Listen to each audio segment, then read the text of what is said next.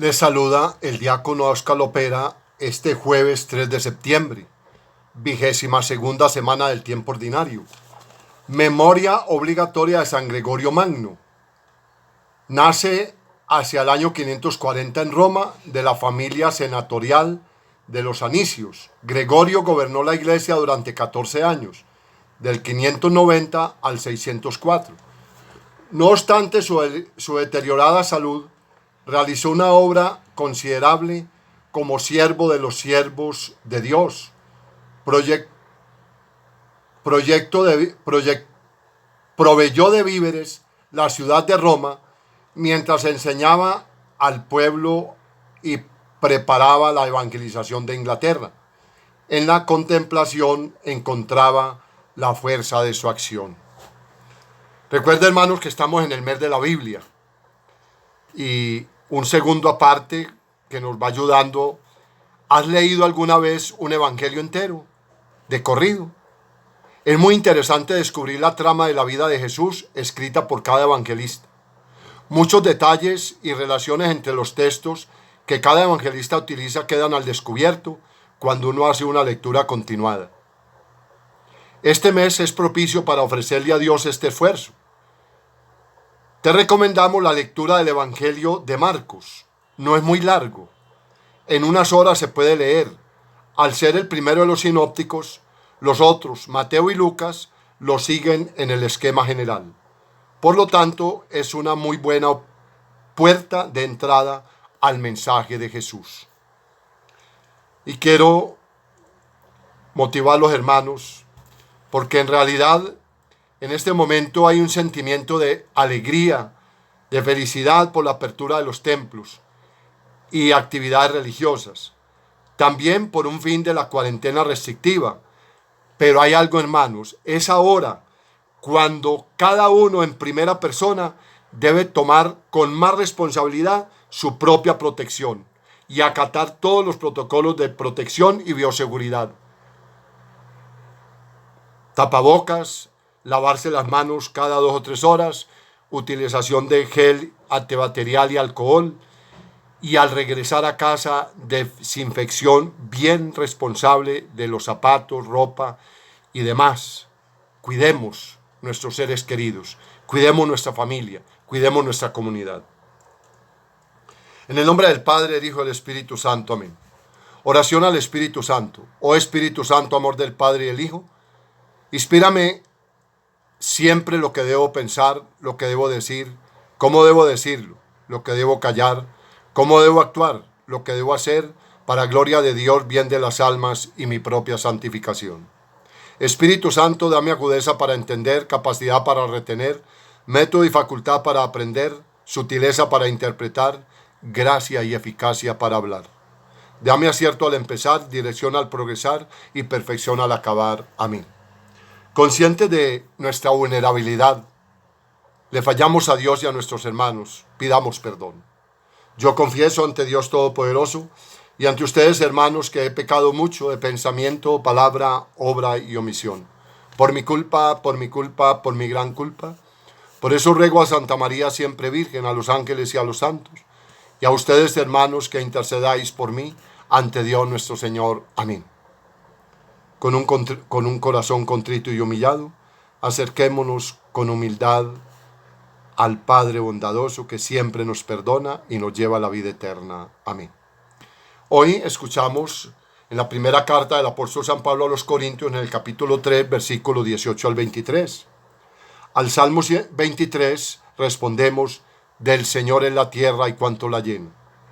Y el Evangelio de Lucas está tomado del capítulo 5, versículos 1 al 11. Lectura de la primera carta del apóstol San Pablo a los Corintios. Que nadie se engañe. Si alguno de vosotros se cree sabio en este mundo, que se haga necio para llegar a ser sabio. Porque la sabiduría de este mundo es necedad ante Dios, como está escrito. Él caza a los sabios en su astucia. Y también el Señor penetra los pensamientos de los sabios y conoce que son vanos. Así pues, que nadie se gloríe en los hombres, pues todo es vuestro: Pablo, Apolo, Cefas, el mundo, la vida, la muerte, lo presente, lo futuro. Todo es vuestro, vosotros de Cristo y Cristo de Dios. Palabra de Dios, te alabamos, Señor. Al Salmo 23 respondemos: del Señor es la tierra y cuanto la llena. Del Señor es la tierra y cuanto la llena, el orbe y todos sus habitantes. Él la fundó sobre los mares, Él la afianzó sobre los ríos. Del Señor es la tierra y cuanto la llena. ¿Quién puede subir al monte del Señor? ¿Quién puede estar en el recinto sacro? El hombre de manos inocentes y puro corazón, que no confía en los ídolos. Del Señor es la tierra y cuanto la llena. Ese recibirá la bendición del Señor. Le hará justicia al Dios de salvación. Este es el grupo que busca al Señor, que viene a tu presencia, Dios de Jacob. Del Señor es la tierra y cuanto la llena. El Señor esté con ustedes y con tu espíritu. Lectura del Santo Evangelio según San Lucas. Gloria a ti, Señor. Por la señal de la Santa Cruz de nuestros enemigos, líbranos, Señor, Dios nuestro. En aquel tiempo la gente se agolpaba alrededor de Jesús para oír la palabra de Dios. Estando él a orillas del lago de Genesaret, vio 2 barcas que estaban junto a la orilla. Los pescadores habían desembarcado y estaban lavando las redes. Subió a una de las barcas, la de Simón, y le dijo que la apartara un poco de tierra. Desde la barca sentado enseñaba a la gente. Cuando acabó de hablar, dijo a Simón: rema mar adentro y echad las redes para pescar. Simón contestó: Maestro, nos hemos pasado toda la noche bregando y no hemos cogido nada, pero por tu palabra echaré las redes. Y puestos a la obra, hicieron una redada de peces tan grande que reventaba la red. Hicieron señas a los socios de la otra barca para que vinieran a echarle una mano. Se acercaron ellos, llenaron las 2 barcas que casi se hundían. Al ver esto, Simón Pedro se arrojó a los pies de Jesús diciendo: apártate de mí, Señor, que soy pecador. Y es que el asombro se había apoderado de él y de los que estaban con él al ver la redada de peces que habían cogido. Y lo mismo les pasaba a Santiago y Juan, hijos de Zebedeo, que eran compañeros de Simón. Jesús dijo a Simón: no temas, desde ahora serás pescador de hombres. Ellos sacaron las barcas a tierra, dejándolo todo lo siguieron. Palabra del Señor. Gloria a ti, Señor Jesús. En la primera lectura de San Pablo a los Corintios, quiere orientarnos hacia una situación que sucede mucho cuando hay un líder o un coordinador de algún pequeño grupo, de una comunidad, que hay personas que siguen a esa persona. Y eso es un gran error. Mire lo que nos dice aquí: que nadie se engañe. Si alguno de vosotros se cree sabio en este mundo, que se haga necio para llegar a ser sabio. El Señor penetra los pensamientos de los sabios y conoce que son vanos. Todo es nuestro. Pablo, Apolo, Cefas, el mundo, la vida, la muerte, lo presente y lo futuro. Todo es nuestro. Nosotros de Cristo y Cristo de Dios. Entonces, sigamos a Cristo. En las parroquias suele suceder, cuando va a haber un cambio de párroco, que comienzan a hacer manifestaciones, que para que no lo cambien, que tal cosa. La reflexión es esta: ¿a quién están siguiendo? ¿Al sacerdote o a Cristo? Si yo que sigo a Cristo, no importa quién lo predique o lo transmita, o ejerza la administración de la comunidad. Si yo tengo claridad en eso, entonces Pablo nos da una luz para poder sanar toda esa realidad. ¿Y cuánto nos puede servir volver al Salmo del Señor en la tierra y cuánto la llena? Contemplar la creación, contemplar la grandeza, el amor, la ternura, la misericordia y el amor de Dios para nosotros. ¿Y quién puede subir al monte del Señor y estar allí con el Señor? El hombre de manos inocentes y puro corazón, que no confía en los ídolos. Revisemos. ¿Cuál es el ídolo que me está haciendo perder el camino? ¿El placer? ¿El poder? ¿El dinero? el confort. Revisemos. El Evangelio nos trae ese pasaje donde Jesús se encontraba cerca al lago de Genesaret y llegó tanta gente que prácticamente lo asfixiaban, lo apretujaban. Él, para poderse ver un poco más desahogado, pues observa y ve que hay dos barcas ahí junto a la orilla. Se sube a una de ellas, pero ojo, se sube a la de Simón y le pide a Simón que la adentre un poquito, se sienta y empieza a enseñarles a toda la multitud que estaba allí presente. Una vez termina la enseñanza, entonces le dice a Simón que avance mar adentro y que eche las redes.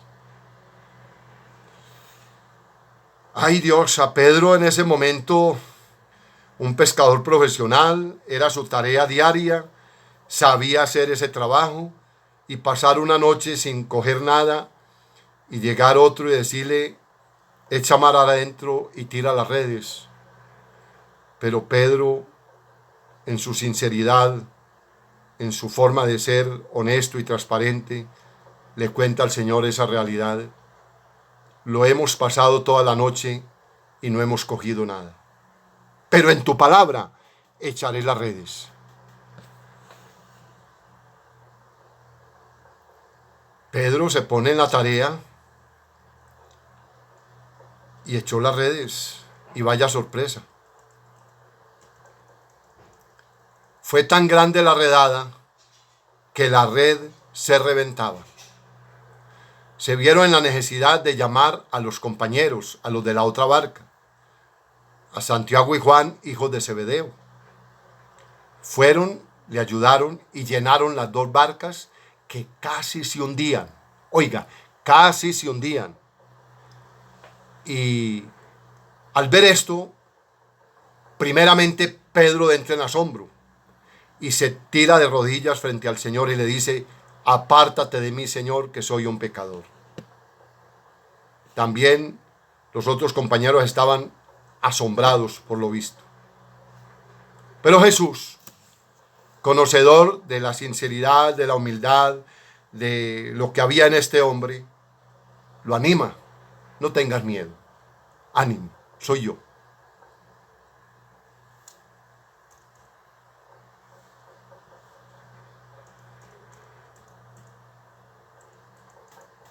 Desde ahora serás pescador de hombres. ¿Cómo le parece? Un profesional pasa la noche bregando y no coge ningún pescado. Y ante la palabra de Jesús no le queda más remedio y se encuentra con tremenda sorpresa. Una redada tan inmensa que casi quería reventar la red.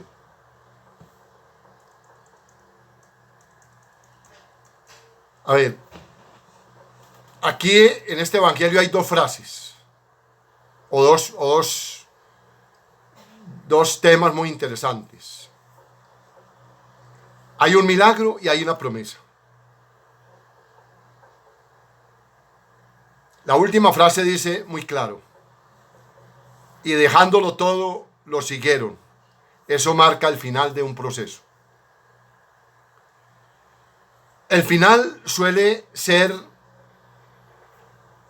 aunque es el más importante, pero el transcurso para llegar a ese final puede haber momentos de oscuridad, momentos en que echamos pasos atrás, dudas, vacilaciones, momentos de mucha luz, de mucha claridad, pero también momentos de mucha tiniebla, de mucha oscuridad.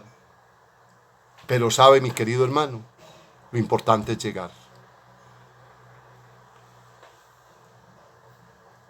Hay dos historias que nos pueden ayudar a identificar y a clarificar todo esto.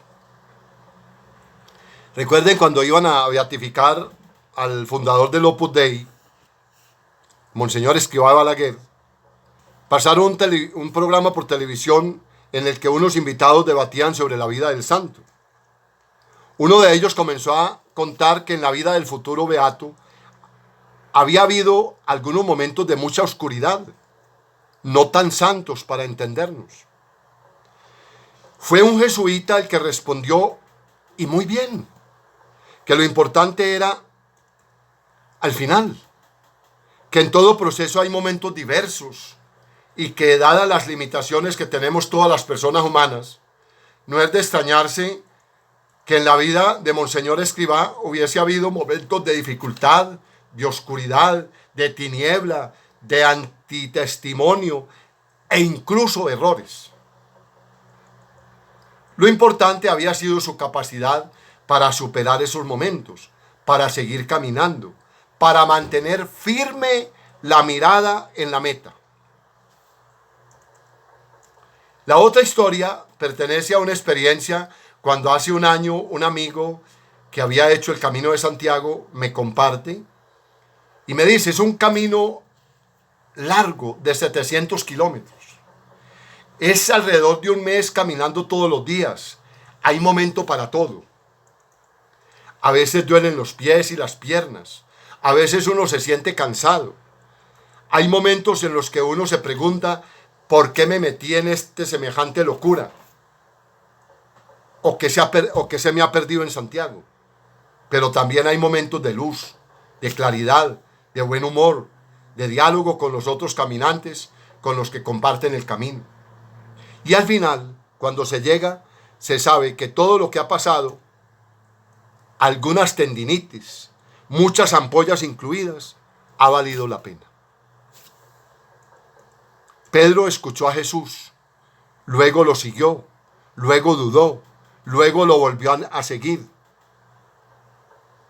Y cuando tuvo duda, lo negó. Por el camino llegó a negar haber conocido a Jesús. Es que Pedro era una persona como tú y como yo, normal, con sus debilidades y fortalezas. Lo importante es que mantuvo su empeño, siguió tras Jesús y llegó a su meta. Si él pudo, nosotros también. Tú puedes y yo también. No importa lo que haya quedado atrás en el camino. Lo importante, no importan los errores, las equivocaciones, los antitestimonios. Lo importante es seguir y llegar. Y no lo dudemos, las gracias de Dios están siempre con nosotros, como lo estuvo con Pedro. Ánimo, hermano, atiende al llamado que te hace Dios hoy. A mí me ayuda a fortalecer mi llamado y mi consagración. Y démosle gracias al Señor por esta palabra que nos ilumina. Quiero compartir una breve reflexión sobre el testimonio del presbítero irlandés Patrick Peyton, que actualmente se encuentra en proceso de beatificación. Es el fundador de la Cruzada del Santo Rosario en Familia, conocido en todo el mundo como el sacerdote del Rosario. Dedicó 51 años al apostolado sacerdotal, al servicio de las familias y de la promoción de la oración. De hecho, es el autor de la conocida frase, familia que reza unida, permanece unida.